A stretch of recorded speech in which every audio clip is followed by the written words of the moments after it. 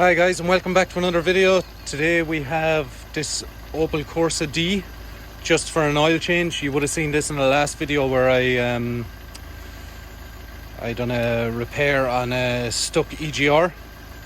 So I'm going to show you here. I also have the Halford ramps, fantastic ramps for doing oil changes, services, DPFs. I'm going to do a video on them later on. So I'll set you up here now and I'll show you.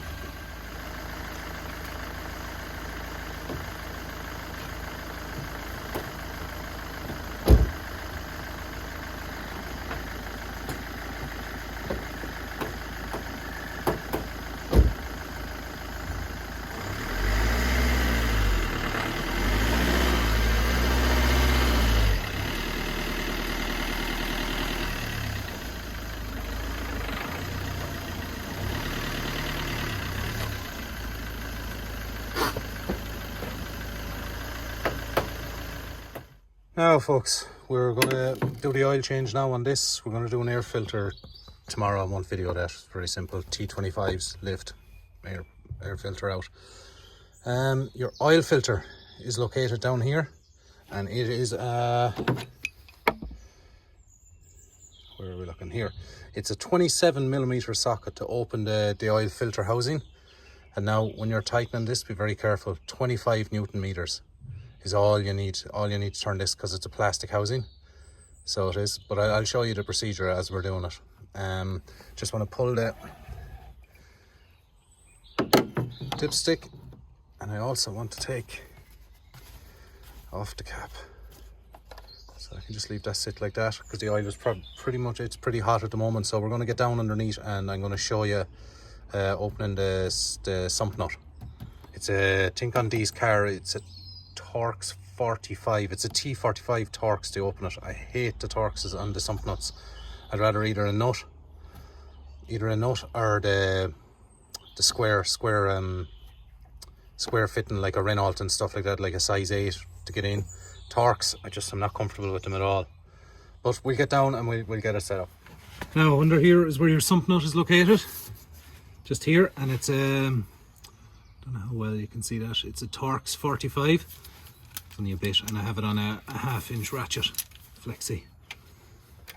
So we'll see how good this is.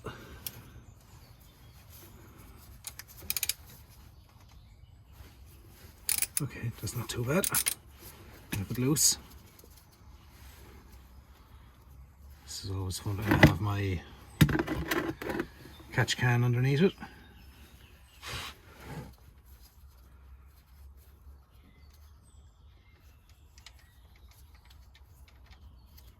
Go.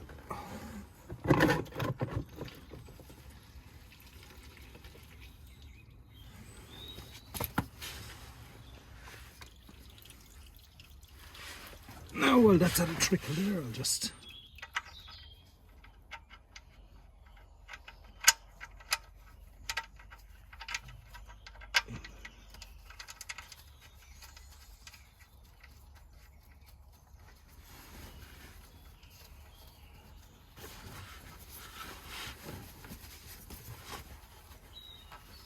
give that a quick wipe. And just the problem with these is a lot of people weld them tight. You don't need to, just snug. One more turn and that's it. And that's plenty for it. And just give it a spray down now so we can check it later then for leaks.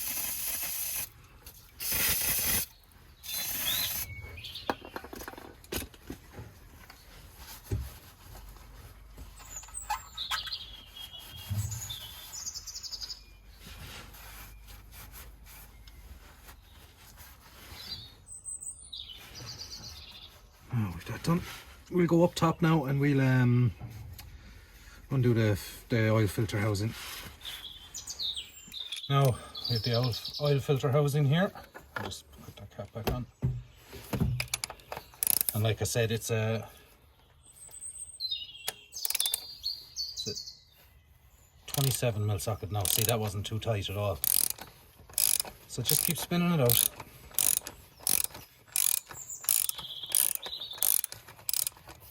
And that's it.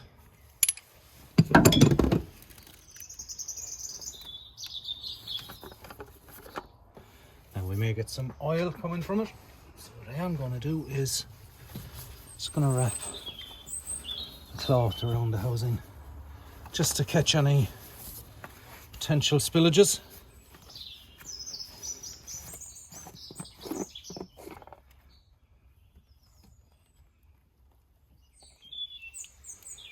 Okay, so we have that now. Now, around these housings, that's the filter here, around these housings you have a rubber gasket, I suppose you want to call it. So we'll go ahead and we'll take that off and we'll replace it. There'll be a new one with the filter. So there will, and then just before you put it on, just rub a bit of oil before you tighten it back down. Rub a small bit of oil around it, around the gasket, and it'll just help with seating it in properly into the housing unit. So we'll go ahead and do that now. Now we have the filter out, and I'm just going to show you here, just for the O-ring. So that's it. So we'll leave that up there. And we have a nice shiny new one here. And just remember where it goes. Make sure there's no twists or turns in it, and it's seated in properly. Now I've cleaned the inside. I just sprayed it out and cleaned it with brake cleaner. But that's it. And then when we go to reinstall it, just put a small bit of fresh oil around it. We'll install the new filter now as well. I'll just show you that. So at the bottom, there we go, bottom of the new filter, there's a couple of like teeth on it. That side goes down, so just push it, and that's it. It's in place. Should be.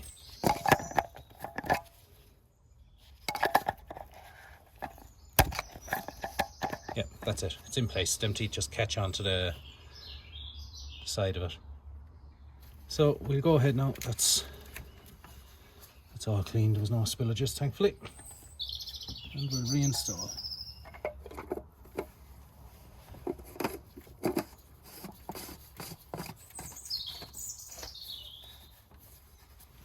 Now we need a 27mm socket.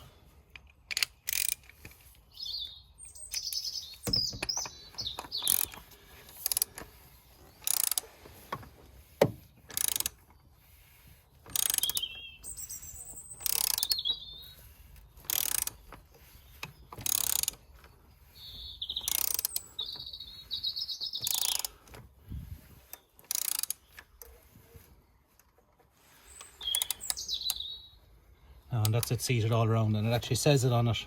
Don't know, you won't see it there, but it says 25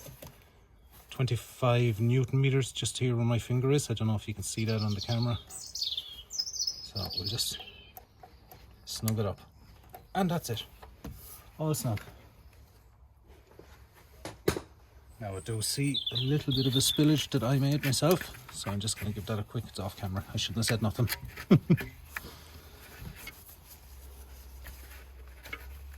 Now and I'll just wipe around the housing. Give it a tidy up so I know when I check it all again after I refill it.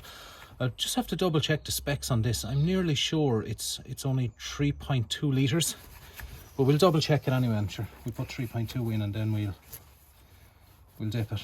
Don't forget, we have to give it a minute or two for the filter housing to fill. Yeah, so it's nice and shiny. Right, I'll get the oil now and we'll fill it. Oh, we have 3 litres of oil here. May need a funnel, I think. Yep, I'll get a funnel. 1 second now.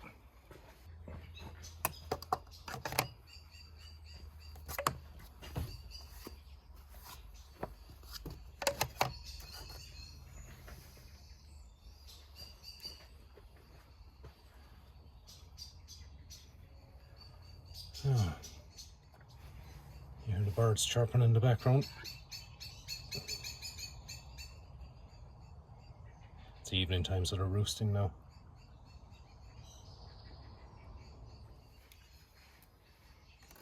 Now that's 3.2 litres in it, so I'll button it up, run it for a few minutes, let it settle for 10, and then I'll check it again. Then I'll dip it again then and see how we get on. I have another video on my channel on how to set the oil light, the service light reset on this car, so you'll find that on the channel. You can watch it. I won't show you here now. So thanks very much everyone for watching. This was just a simple DIY, do what anyone can do it at home, oil change with a few tools, oil and filter change. So thanks very much everyone for watching, and if this video was of any use or any interest to you, please consider giving the video a like and a subscribe, as it helps the channel grow and go further. Thanks very much.